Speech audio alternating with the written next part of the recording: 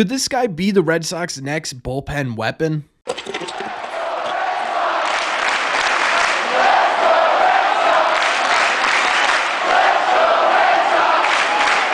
What is going on, everybody? Welcome back to Red Seat Radio. My name is Corbin, and the Red Sox have basically started a tradition at this point of bringing someone who really isn't known into spring training, having them perform well, and then becoming a real weapon in the Red Sox bullpen during the regular season. And if they had made the postseason recently, probably would have been in there as well. Since 2021, it's been Garrett Whitlock, John Schreiber, and last year it was Brennan Bernardino. Although obviously I think the case to be made here is that Chris Martin was the MVP of the Red Sox bullpen, but he was a much better overall pitcher coming into that year. But that's not really the debate we're having today. The debate we are having today is who's the next person that's going to take that mantle. Who's going to be the guy who comes in basically out of nowhere and really becomes a staple of the Red Sox bullpen? In my opinion, there's really only one correct answer, and that's Justin Slaten. But before we get into why I think Justin Slaten's the next Red Sox bullpen weapon and what we could expect from his 2024 season, we are on the road to 10,000 subscribers. We're just about 200 subs away from that mark. So if you want to help us get there, be sure you guys have hit that subscribe button if you haven't already. If you're new here, we talk Red Sox content almost every single day. Also, make sure you guys have hit the like button on this video as well. Helps these videos out a ton, and it would mean a lot to me. Thank you all very much for clicking on this one. Let's get into it. All right, so where I really thought we should start in this video is just sort of recapping where Justin Slaten came from, for those of you who don't know, because it's a really, really interesting path to the Boston Red Sox. He was originally drafted by the Texas Rangers as a starter back in 2019 on the third round of that draft. He struggled a bit as a starter and then ended up going into the bullpen with the Texas Rangers organization. However, this offseason, he was entered into the Rule 5 draft. And no, he was not drafted by the Red Sox. He was actually drafted by the New York Mets, but the Boston Red Sox really wanted Justin Slaten from this draft and ended up actually trading with the Mets that same day for Slaten for a Red Sox prospect by the name of Ryan Amons. And so it's a really interesting path to the Red Sox, right? You start off drafted by one team, then you get redrafted by another team, and then you're traded to the Red Sox basically that same day. It's just a really interesting path to me. But what this also means for the Red Sox is because Justin Slaten was picked up in a Rule 5 draft this season, it means that they have to keep him on their 26-man roster the entire year, barring any sort of injury, or he is going to be returned to his original team, the Texas Rangers. So the Red Sox have a bit of an interesting decision to make. And to be honest with you, so far this spring, and honestly because of last year as well, Justin Slaten's making a really great case for them to hold on to him. It started last season where he spent most of the year with Texas's AA affiliate. He had a 3.16 ERA in 51 1/3 innings, a really nice 37.4% strikeout rate, and a pretty low 7.9 walk rate with a bit of a higher FIP at 3.95, but still nothing super concerning, right? He was getting a tiny bit lucky on the mound, but it wasn't astronomical like a 4 or a 5. And then he also spent some time at the AAA level as well, where he had a 1.08 ERA in 8 1/3 innings, sporting a similar 31.3% strikeout rate and a 12.5% walk rate. Last year, like I mentioned just a little bit ago, was sort of a standout year for Justin Slaten and was one of the reasons why the Red Sox really focused in on him this Rule 5 draft.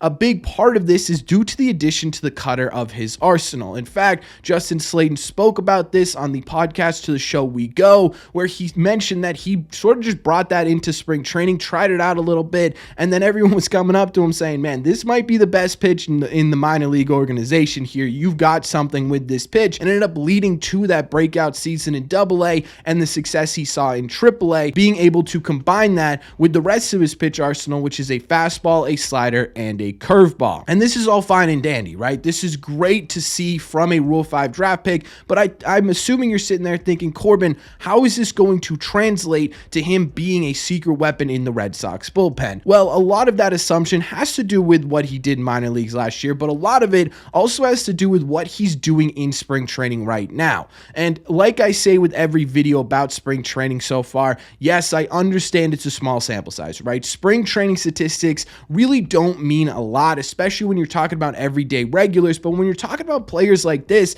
is their tryout. This is where they need to prove that they are able to play at the major league level, and Justin Slaten's doing just that. So far this spring, he only has 5 1/3 innings pitched, so a bit of a smaller sample size here, but in those 5 innings, he has not let up a single run, so a 0 ERA with a bit of a higher, still solid FIP of 2.49. It would have been really hard for him to have just a straight 0 FIP. That would have been extremely impressive, so a 2.49 is pretty good. He's on pace for striking out about 10.13 batters per 9 innings and walking just 1.69. That is 6 strikeouts to every walk he's giving up right now. He is also holding batters to just a 105 average and has a whip of 0.56, which is less than 1 hit or walk every innings he pitched. In fact, a lot less than 1 hit or walk per innings pitched, right? It's really solid statistics, and I understand that it's a small sample size, but when you dive even deeper, you start to get even more excited about who Justin Slaten might be. The first sort of deep dive statistic I want to highlight for Justin Slaten is a statistic called Stuff Plus. Basically what this does is it takes every pitch a pitcher throws and assigns it a value. Was it a positive pitch or was it a negative pitch, and pulls it all together to create one number, which if above 100 is better than the average player in Major League Baseball, or below 100 worse than the average player in Major League Baseball. The reason I want to bring this up for Justin Slaten is because he has been absolutely killing it in this department this spring. In fact, his fastball so far in spring training is tied for one of the best fastballs in all of Major League Baseball. That isn't just the Red Sox, that isn't just the Grapefruit League, that's all of spring training. His fastball is currently sitting at a 115 Stuff Plus, which would be a 15% better than the average pitcher in spring training in 2023. And overall, his pitch arsenal is 3rd in all of spring training. Again, not just the Red Sox, not just the Grapefruit League, but all of Major League Baseball. Its Stuff Plus is sitting at 108, and obviously this includes all of his pitch arsenal. It includes the 115 on his fastball, it includes a 103 on his curveball,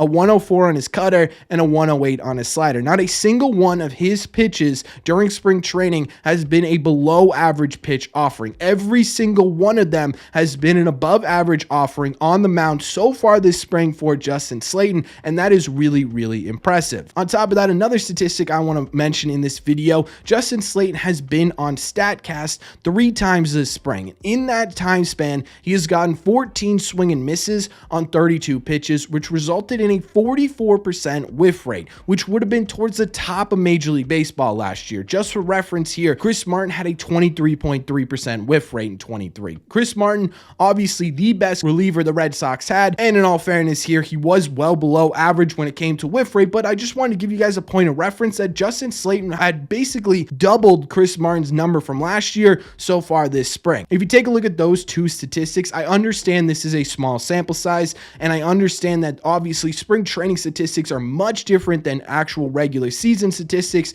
but these are really good signs. This is basically saying in a kind of a fancy way here that Justin Slaten has been effective basically any way you cut it. If you want to take a look at how he's getting batters out, well, that's above average. If you want to take a look at his effectiveness of getting batters out, his ERA, his FIP, all of that is effective. You want to take a look at his control metrics, that's effective, right? Justin Slaten has been impressive on every single level so far this spring, and it makes it really clear why the Boston Red Sox were so high on Justin Slaten going into 2024, to the point where they traded for him even though they couldn't get him in the draft. But the question with all of this is all great, but what should we expect from Justin Slaten going into 2024?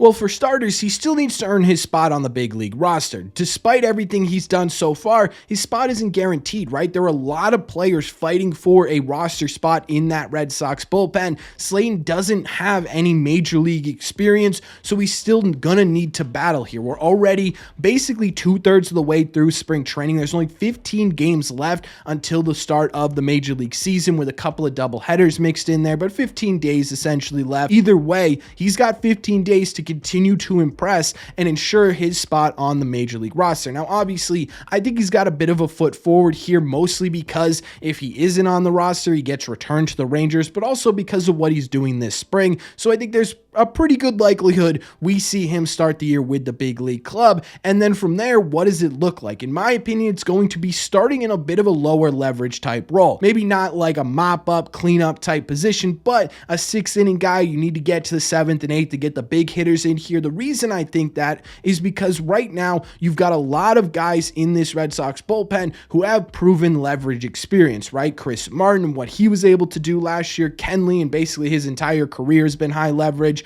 Brendan Bernardino was really great last year. Josh Winkowski, I assume he's not going to make the rotation. I'm not positive on that yet, but out of Winkowski and Whitlock, basically, which one of those don't make the rotation? Those guys are proven leverage pitchers, right? So not that Justin Slaten's going to lose out on these leverage innings because of seniority, but you've got those proven inning guys, and I think they'll give it to those guys first. So in my opinion, start in a lower leverage role and have to essentially bully his way into a high leverage situation. And it's been done before, right? John Schreiber was able to do it. Whitlock was able to do it. Bernardino was able to do it. I think Justin Slaten will be able to do it as well. Now, I'm not saying we should be sitting here based on a couple of spring training stats and expect a Chris Martin 2023-esque season from Justin Slaten. No, that's not what I'm saying at all. What I'm saying is I think we can expect him to be sort of an intricate part of what the Red Sox are trying to do in 2024 with their bullpen. I think a realistic stat line to expect from Justin Slaten based on